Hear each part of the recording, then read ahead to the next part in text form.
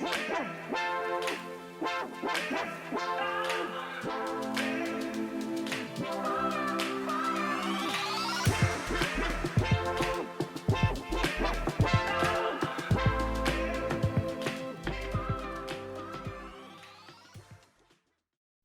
everyone. Welcome to IT Tech Talk. I'm your host, Joel Ward, and with me is LaToria. LaToria, how are you doing today? I'm good. Thank you so much, Joel. Happy to be here. That's awesome. I'm glad that you're here. So we've gotten to talk a little bit, as through emails and stuff. But as far as my listeners go, they don't know you. So let's give a little background to them, and just kind of give a little gist of what you do and how you got started. Yeah, most definitely. So I'm here on the East Coast. I live in the DMV area. For those who are not familiar with that acronym, it's DC, Maryland, Virginia. I live in I've been PA, over so here. I got that. Yes, that's okay. So you're a neighbor. I shout out to PA. I love Philly. But I've been on the East Coast for about the last 7 years now. Grew up Midwest and then West Coast. I am CEO and founder of early stage future of work startup Handoff. At Handoff, we build software that enables job sharing. So we're really thinking globally and acting locally. What I mean by that is job sharing, which is the essence of two people sharing one full-time role. It's been happening for decades overseas in Europe. And it's definitely a hiring alternative that we could use here in the US workforce. So our software enables job sharing, helping employers to close those labor gaps with qualified talent, starting with your working mothers out there who desire career building work but need flexible hours. My wife for the work. My mom was a teen mom. She had my older sister at 16, me at 18. She has always been incredibly gritty. Even with having two kids, and for those first 6 years of my life, she was just doing it on her own. She was a breadwinning mom. She still went for her education goals, still went for her career goals. Eventually met a young Army soldier. Shout out to my dad, and he came in the picture, and we kind of had a bit more of full circle. But those first 6 years definitely had an imprint, left an imprint on me, and a desire to always give back to the women and children who have or will walk a mile in our shoes. And so that's the inspiration for Handoff.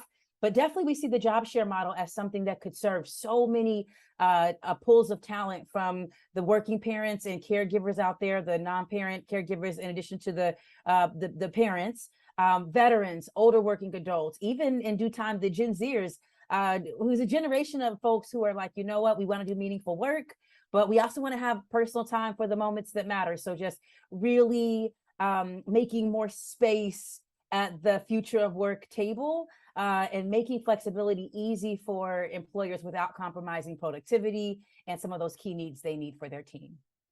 That's awesome. So talk about the process. So how did you come up with this idea? What was the thought process? What were you just having coffee one day and we're jotting down ideas, or how did this come about? No, so I was out there doing a lot of public engagement and just telling very important stories.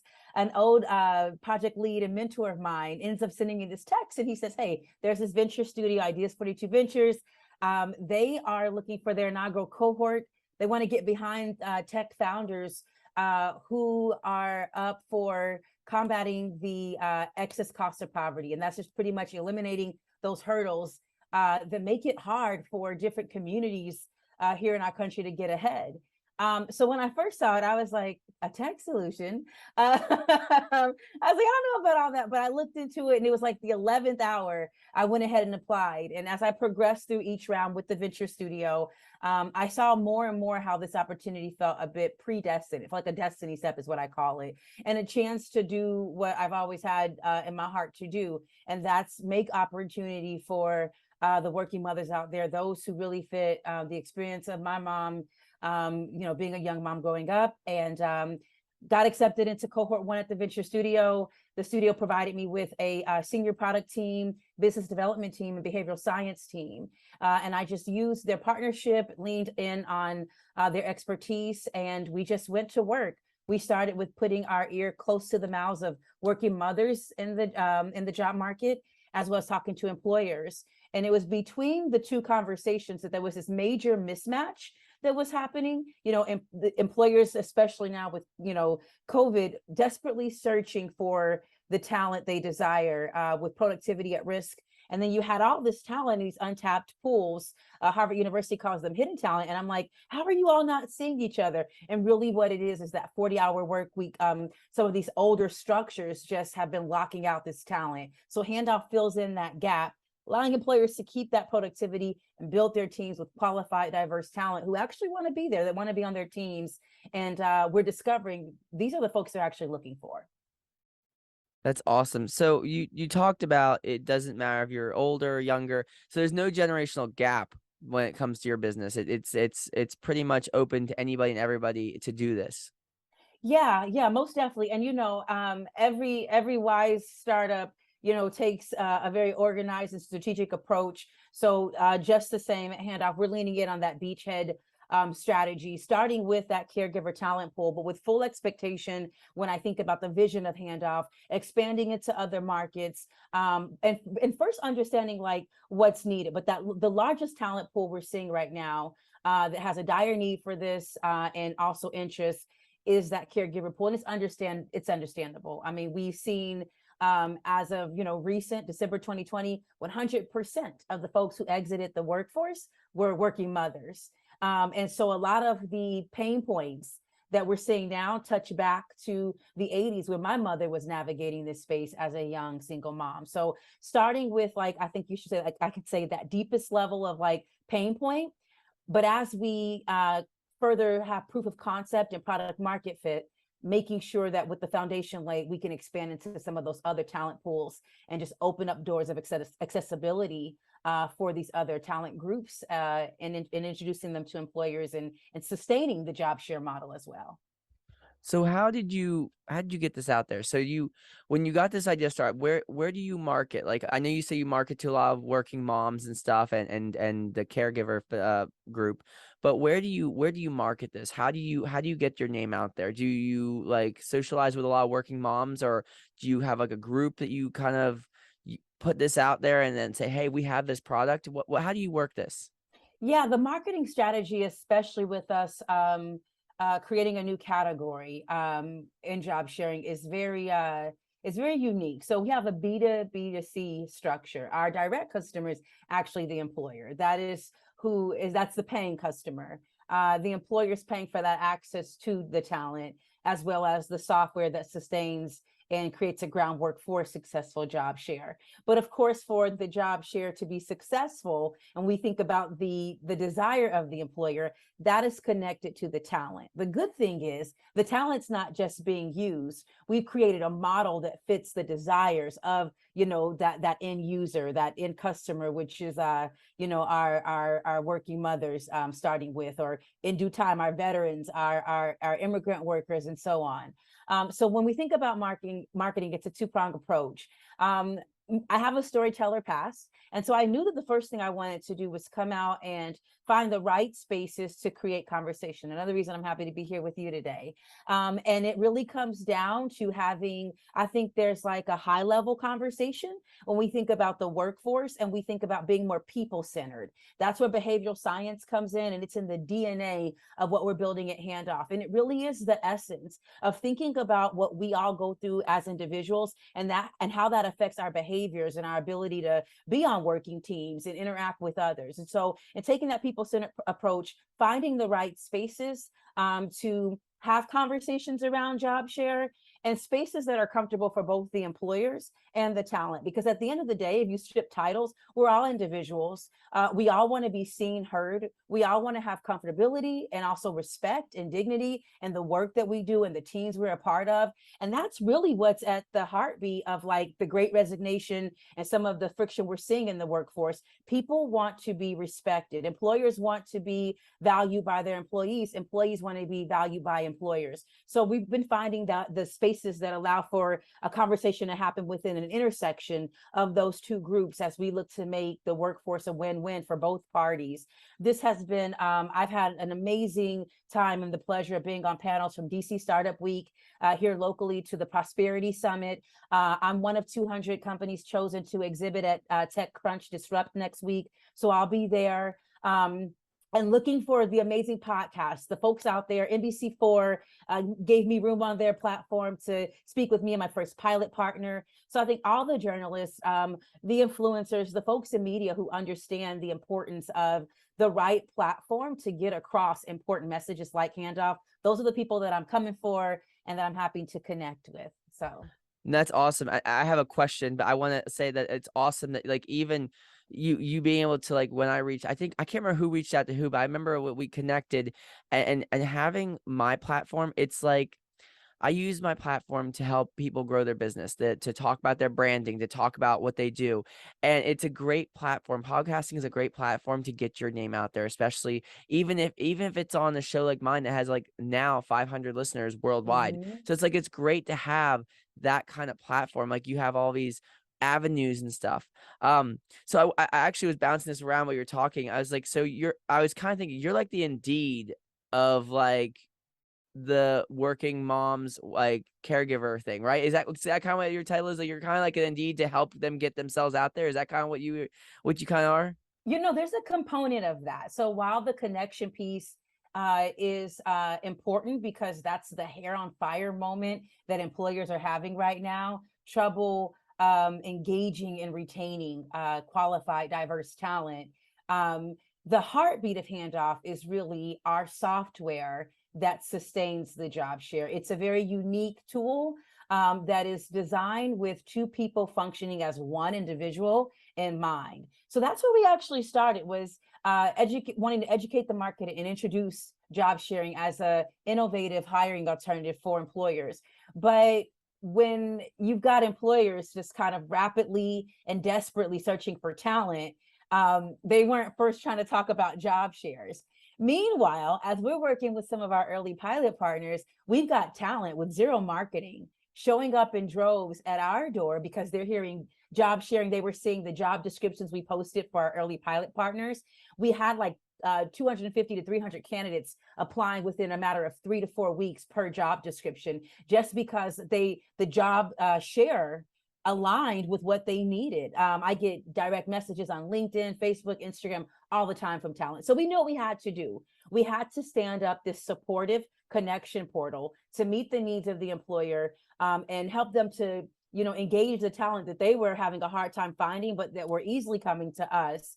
And then it's like, once we did that, we have more employers saying, listen, I'll pay you whatever you want as long as you get me the talent I'm looking for and as long as they stay. So it was like, if you're thirsty, and you need water, it makes no sense for me to bring you a steak. The steak is full of protein, it's got the nutrients, it's delicious, it's hot off the grill.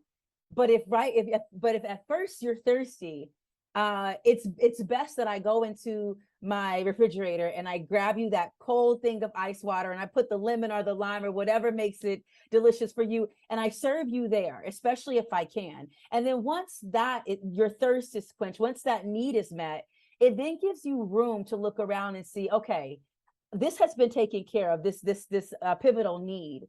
Now, how am I able to sustain this need being met? And so the talent helps us to meet that pivotal need for employers, and it was an easy service to provide. And then once that need was met, it's like, okay, you got the talent. You were trying to figure out, how in the world do I connect with these folks, engage these folks, attract them? We've given you now a model that does that, a model that allows them to truly have the access to balance, which shouldn't be a luxury. Handoff removes that concept of it being a luxury and makes balance something that's just human nature. And now with balance, the talent is here and they can be a part of your team. We want them to stay. We also want this account to grow from the first job share to an account that can allow for other job shares. It can scale across your team and your departments.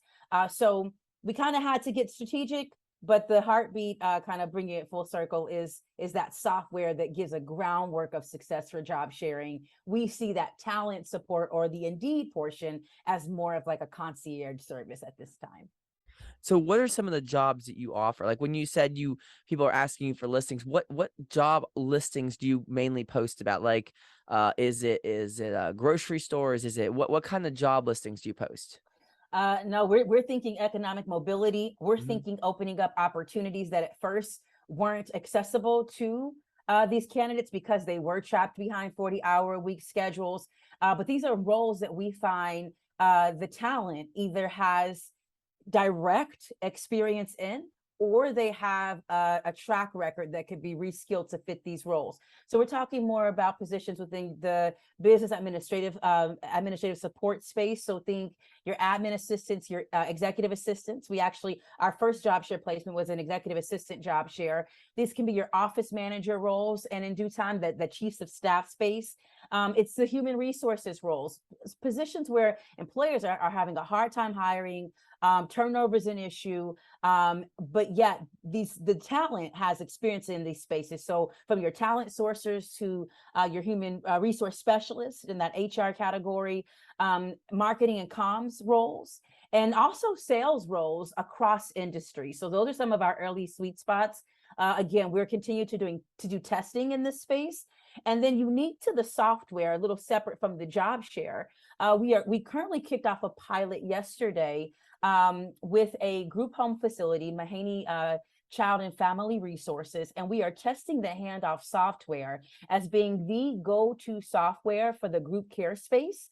Often in that space, you have direct care staff and home managers. You know, they're working with children 24/7, 365 in group homes. And if one person drops the ball, if one person forgets to relay information, give medicine, organize a certain activity, depending on the gravity of how it affects the children, that could cost a group home their license. So Mahaney's teamed up with us.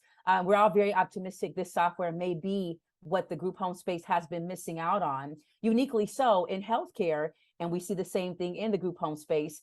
The talent, the teammates naturally, traditionally function almost as a job share team in how they provide care. So we're seeing this industry as one that we can come into, even with just the software, and bridge the gap of how two people pass the baton. So a few different pilots going on both ends, that talent piece, but even more that software piece for how you take this relationship of two people handing off the work and create a seamless a space, a groundwork for coordination and communication in every state of the work.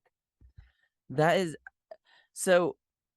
I'm like trying to process all this. This is something I've never would have thought would be a product or a business. Like it's like, you know, it's much need. And you were talking about the Great Resignation. There's so much need. And actually thinking back to my family's business, we have a hard time hiring people because it's like there's just so many people not wanting to either, like they're not feeling valued in the workplace, and they're not feeling like they mean something. And it's like when we trying to fill a position is like very hard. And it's not just our family business, it's not just like local businesses, it's everywhere. And It's everywhere. it's not global. Well, it can be, I guess you can consider it Yeah. global at this point. It can be global because Mhm. it's not just the US that's like suffering from this great uh recession of like not recession, resignation. Resignation. Sorry, I'm like trying to think of words. Resignation of joblessness, because there's so many people worldwide that are like trying to find jobs, but they, like you said, are not feeling valued. So your product have, and this is why I'm going with this question, is your product something you could take global? Yeah, so I mean, I would be I got to go back to the mention. We could. The Okay. thing about it is that like in going overseas, going into Europe, Mm-hmm. they would look and just be like, "Hey, you're late. Welcome to the party." They've been doing this already. They've been doing it for the last like 3 decades and possibly more. In my early research, that is when I had to go and look for Mm-hmm. competitors doing online searching and looking at a few other startups in the space like RollShare, Gemini 3. These are companies that are helping to strengthen the job share industry that's happening overseas, but it's been going on for a while. Here stateside, we're just a little late to the party. My goal with handoff is to Mm-hmm. get us in and get us in now so that when the next wave of disruption happens, because you know that's just life, there's Yeah. different things happen and we can't always predict it, but we can be prepared by learning from what we experienced and building the right type of systems to be considerate of the people, but also the need. And that's really what job sharing allows. So when we saw when COVID was an epidemic, Hmm. And we looked at other workforces, global workforces. One of Europe's Hmm. solutions was having role sharing, having job sharing. So within certain industries and within specific roles, they didn't have to see the type of massive exit we did with working mothers in the workforce because they already had a system in place. So my hope is that stateside employers will be more open. I think we have, if I'm being transparent, we have so much work to do just here in the United States that's going to keep my hands full for a while. They're ahead of the game overseas in Europe. So if I go over there, I'm definitely going to be the student. No, I never see. This is something. This is a new realm for me. Like the best part about this show is I learn new things, and learning this that there's a Thriving product out industry. there that exists in Europe but doesn't exist here, and you are opening the grounds to help build this product, to help build this solution, to help people. That's insane that you like. And you look pretty young, so you're like one of those, like, I consider you, like, I guess one of those young startups. Like, it's really cool. Like, I love young startups, and it's like seeing like TechCrunch getting a hold of you. It's like that is really cool. Like, I've always wanted, like, I love TechCrunch. I follow them all the time. So I'll be on the lookout to watch to see if they post an article about you. Like, I'm gonna be like, oh, look, I know, I just interviewed her. So like it's just Yeah. really cool to see people like you working on solutions to help better America's workforce. Yeah. Because and it's sad to say, but like you're right. What life is unpredictable. We could see another big, huge hit to the job market. And if we're not prepared, then it could leave us in a really bad spot for employers and even employees. And like you're working with moms, like it could leave, like, a lot of moms, like, Europe is prepared for that. But moms in general, like, it's hard, and I at one point was a single dad. So it's like, you know, Mhm. being in, like, you have to take your kids to daycare and all that stuff, and balance work, and it's a whole thing. So having somewhere where you can feel appreciated, and some employer that appreciates you as a mom and has that in balance is great. Yeah. And thank you for that. It's important work. And to your point, we've got about 23 million working mothers out there. There's about 16 million breadwinning mothers at one time, meaning they are the head of households. And then you've got about your 2 million or so single fathers that are in the job market. And then there's about 43 million non-parent caregivers. These are folks who are taking care of someone who's not a child, but a loved one or a friend. And these are things that we should champion. We should champion people being there for their loved ones. And by championing that, it's not just giving them a pat on the back, it's giving them opportunity to show up for, their needs at home, but to also have amazing work opportunities that align with the caliber of their experience and their desire. I think more employers are starting to see that when you allow people and you make room for folks to do the work that they love, which employers have the jobs that need to be filled, but the standards that you set around those jobs are inclusive of the needs, the voice, and the support systems of the talent. That is how you get to amazing numbers in productivity, how you get teams to stay.